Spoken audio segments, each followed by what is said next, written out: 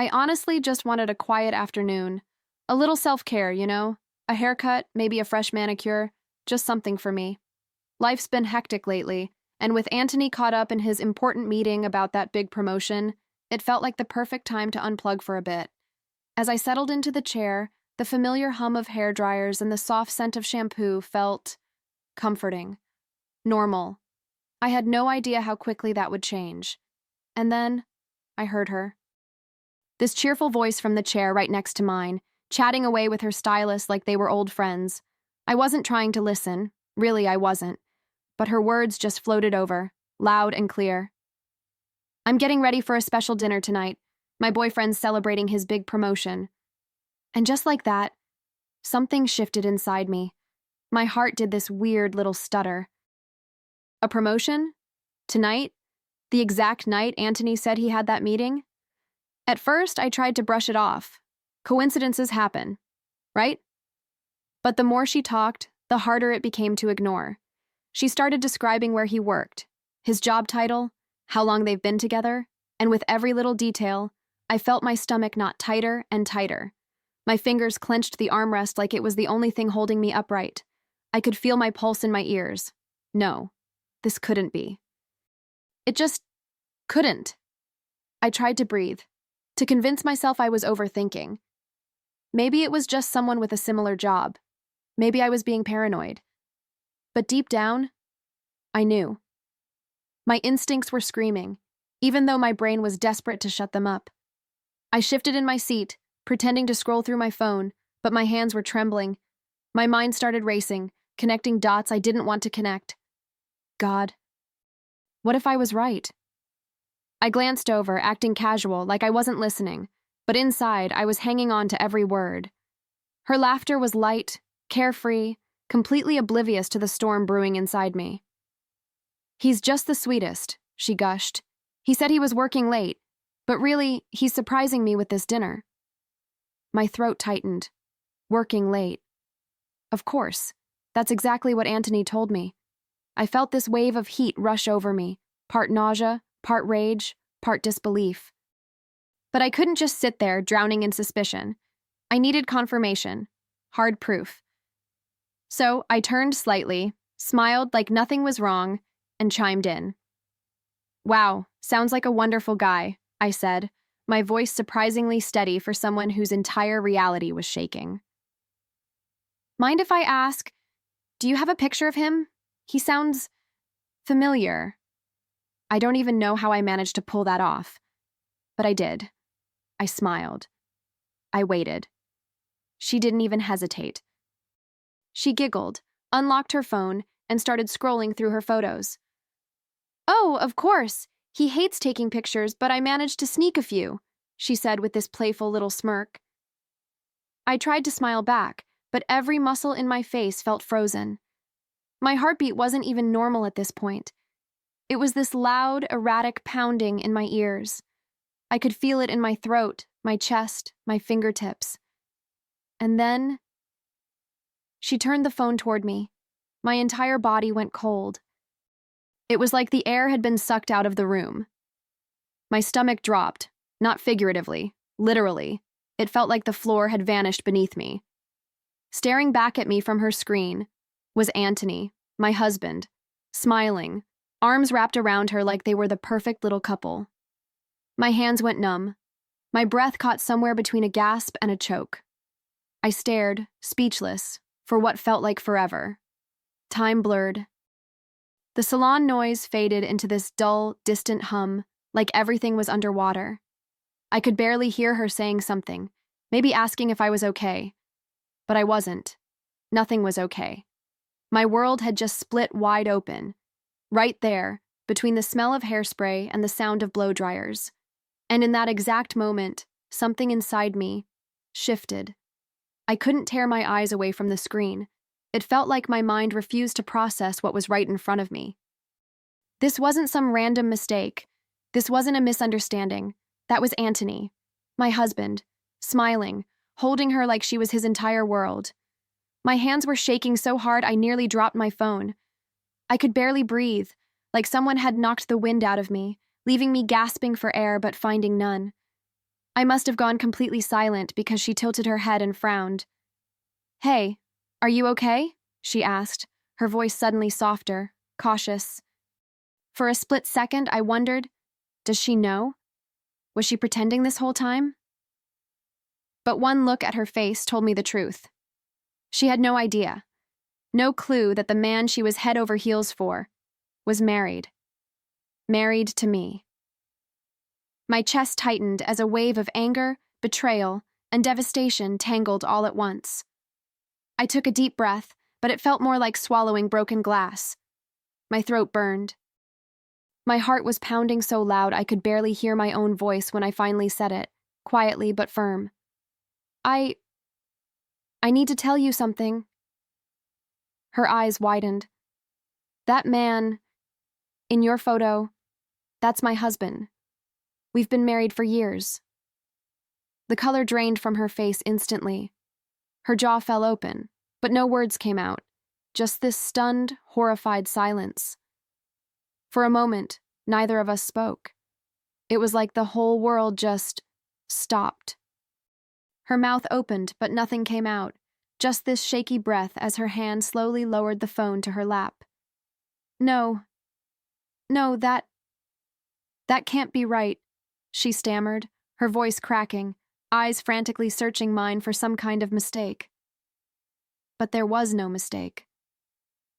I nodded, barely able to hold back the tears burning behind my eyes. "I wish it wasn't true. I really do." I watched as realization crashed over her face like a tidal wave. Her shoulders slumped, her lips trembled. She blinked, stunned, like someone had just sucker punched her straight in the gut. And for a split second, I felt it, that bizarre, awful sting of shared pain, because as much as I was hurting, so was she. Neither of us signed up for this nightmare. Neither of us deserved it. And it became painfully clear we were both victims of the same lie. She covered her mouth with her hand, shaking her head, whispering to herself, "Oh my God. Oh my God." Over and over like she was trying to wake herself from a bad dream. I felt this strange wave of numbness wash over me, like my body couldn't decide whether to cry, scream, or shut down completely. But as I looked at her, really looked at her, something inside me shifted. This wasn't her fault. And as much as I wanted to fall apart, I realized falling apart wasn't an option. I took another deep breath, steadier this time. "Listen," I said, my voice low but firm. "I'm not angry at you." "You didn't know. You're not the one who made vows to me." Her eyes filled with tears, and she shook her head. No, I had no idea, I swear. He told me he was divorced, that his ex was crazy. Oh my God." Her hands were trembling now, and honestly, I felt that. I felt every bit of that devastation. For a second, I thought maybe this would spiral, that we'd end up screaming at each other, fighting over a man who clearly didn't deserve either of us. But that's not what happened. Something unexpected did. We locked eyes, two women who'd just had their worlds shattered by the same selfish man, and without even saying it out loud, we knew exactly where the real blame belonged. Not on each other, on him. All of it. And that's when it happened. That burning, gut-wrenching heartbreak. It twisted, transformed, into something sharper, stronger, determined. "You know what?" I said, leaning back in my chair, wiping the corner of my eye. "If he thinks he can get away with this, he's dead wrong." Her lips parted, first in disbelief, then slowly curling into the smallest, most dangerous smile I'd ever seen on someone. "You're right," she said. "He has no idea who he's messing with."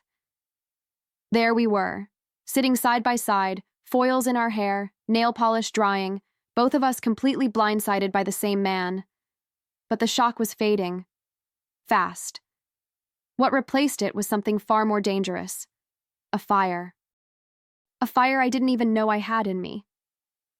"He thinks he's so clever," I muttered, crossing my arms, sneaking around, lying to both of us, playing us like we're fools.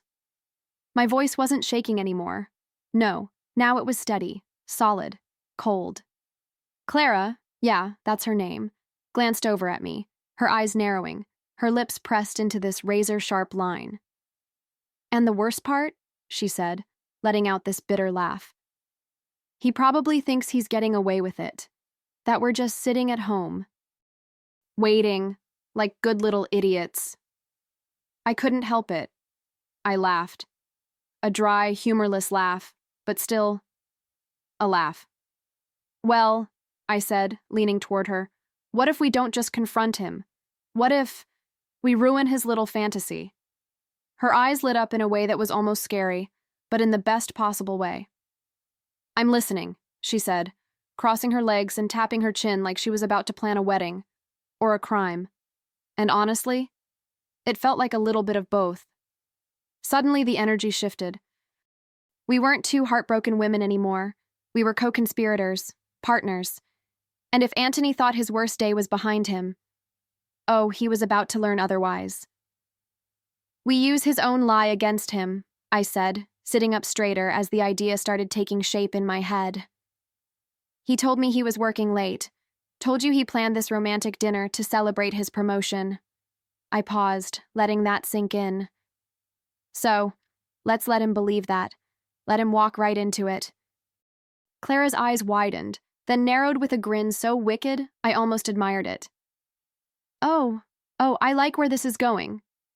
I grabbed my phone, scrolling to check the time. What time are you supposed to meet him? I asked. 7, she answered without missing a beat. He made reservations at La Bella Rosa, his idea of fancy romance. My stomach twisted. Of course it was. I'd been there with him, on anniversaries, on birthdays, and now he was bringing her there. The audacity. The absolute gall. But you know what? Fine. Perfect, actually. That's exactly where this was going to happen. Clara leaned forward, her voice low, almost conspiratorial. So here's what we do. I show up, all smiles, sweet as ever, pretend I know nothing. We order. We chat. And then... She paused, locking eyes with me. You walk in. Her lips curved into a grin. Sit down, right at our table. No drama, no yelling. Just let him drown in it. Let him try to explain how both his girlfriends ended up here. Together. The more we talked it through, the more deliciously perfect it sounded. Every little detail, every moment. I could already picture the look on his face, that split second when his brain would glitch, realizing that both his lives were colliding, publicly. And we make sure it's public, I added, my fingers tapping the armrest. We're not doing this in some dark corner, no. Right in the middle of that restaurant with every table watching. Clara nodded, her grin sharp. Absolutely, let him sweat. And you know what? She said, biting her lip like she was savoring every word. You bring receipts, photos, messages. Let's not give him a single way out. I smiled, genuinely smiled, for the first time since this nightmare started. Oh, trust me, I said, grabbing my phone. I've got plenty. Years of texts, photos, birthday cards, all the proof anyone would need to tear his little house of lies to the ground. By the time our nails were dry, we weren't just two women getting pampered. We were an unstoppable force, partners in righteous revenge. As we stood, gathering our things, Clara looked at me, really looked at me, and for a moment, the smallest hint of vulnerability flickered in her eyes. You sure you're ready for this? She asked softly. I tightened my grip on my purse, chin high. Ready? I said. I've never been more ready in my entire life. I swear I've never felt nerves and adrenaline mix like that before. As I pulled up to La Bella Rosa, my hands were gripping the steering wheel so tight my knuckles were white. The restaurant looked exactly like I remembered. Soft, warm lights glowing through the windows, couples laughing over wine, that perfect little ambiance designed for romance. But tonight, romance wasn't on the menu. No, tonight. Truth was being served. Ice cold. I sat in the car for a minute longer, watching through the window as Anthony strolled in, all smiles, holding a bouquet of roses like he was the world's greatest boyfriend. Disgust crawled up my spine. He had no idea what was coming, completely oblivious. I watched as he walked over to Clara's table, kissed her cheek, handed her the flowers, and sat down like this was just another perfect date night. Oh, if only he knew. My heart was thumping, but it wasn't fear anymore. No, it was this electric pulse of righteous fury mixed with something I hadn't expected: power. For the first time in this entire nightmare, I wasn't the one being fooled. I wasn't the one in the dark. I reached for my purse, double-checked that everything was there: the photos, the screenshots, every last piece of proof. Then I opened the door, stepped out, and walked straight toward the entrance. The hostess barely had time to greet me before I spotted them. Right there, table 7, tucked by the window like it was staged for some romantic movie. Except this wasn't a movie. This was reality. And I was about to rewrite the entire script. I walked straight past the hostess, head high, heels clicking against the marble floor, like I owned the place. For the first time in a long time, I felt in control. Anthony didn't see me at first. He was too busy pretending to be Prince Charming, leaning in, whispering to Clara, grinning like the smug little liar he was. But Clara saw me. Oh, she saw me. And bless her, she played her part perfectly. She didn't flinch. She didn't signal. She just smiled, nodded like everything was perfectly normal. As I walked right up and pulled out a chair at their table. "Hope I'm not interrupting," I said, sliding into the seat. The second Anthony's eyes met mine, it was like watching a man's soul leave his body. His face drained of color. His mouth opened, but no sound came out, just this strangled little gasp, like his brain couldn't figure out whether to run, cry, or deny. His hands froze midair, still holding the wine menu. For a moment, it was dead silent. You could have heard a pin drop. Even the waiter paused mid-step. Oh yeah, every single person in that restaurant was watching. Clara didn't miss a beat. She leaned forward, resting her elbows on the table, and smiled. Sweet as sugar, sharp as glass. "Congratulations on your promotion, Anthony," she said, her voice dripping with poison disguised as honey. "I hope you enjoy celebrating it, with both of your girlfriends." The way his eyes darted between us, absolutely priceless. Panic. Pure, undiluted panic. His lips trembled, trying, and failing, to form words. I calmly reached into my purse and pulled out the little folder I'd prepared. Neat, organized, devastating. Photos, screenshots, texts. His anniversary message to me, sent the same day as a "Good Morning Beautiful" to Clara. Receipts of hotel bookings, dinner reservations that didn't line up with his so-called business trips. I laid them out on the table one by one, like playing cards in the cruelest poker game ever dealt. The color completely vanished from his face. The restaurant was dead silent, except for the occasional gasp or the scraping of someone leaning in to hear better. Oh, people were watching. Strangers were invested now. And honestly, good. Let them see. Let them all witness exactly what kind of man he was. Anthony stammered, This isn't... I can explain." But his voice cracked halfway through, like even his own throat knew there was no way out of this. No explanation. No excuse. I watched him squirm, stumble, and grasp for words that simply didn't exist. His hands were shaking, his eyes darting between me and Clara like he was searching for some magical escape hatch. But there wasn't one. Not tonight. Not ever again. "Please, just listen. It's not what it looks like," he croaked, voice trembling. Honestly, hearing those pathetic words, those same tired lines cheaters always reach for, it almost made me laugh. Almost. Clara wasn't having it either. She tilted her head, crossed her arms, and with zero hesitation, tossed the bouquet of roses he'd brought her, straight into his face. Red petals scattered across the white tablecloth, wine glasses rattling as the stems hit the plate.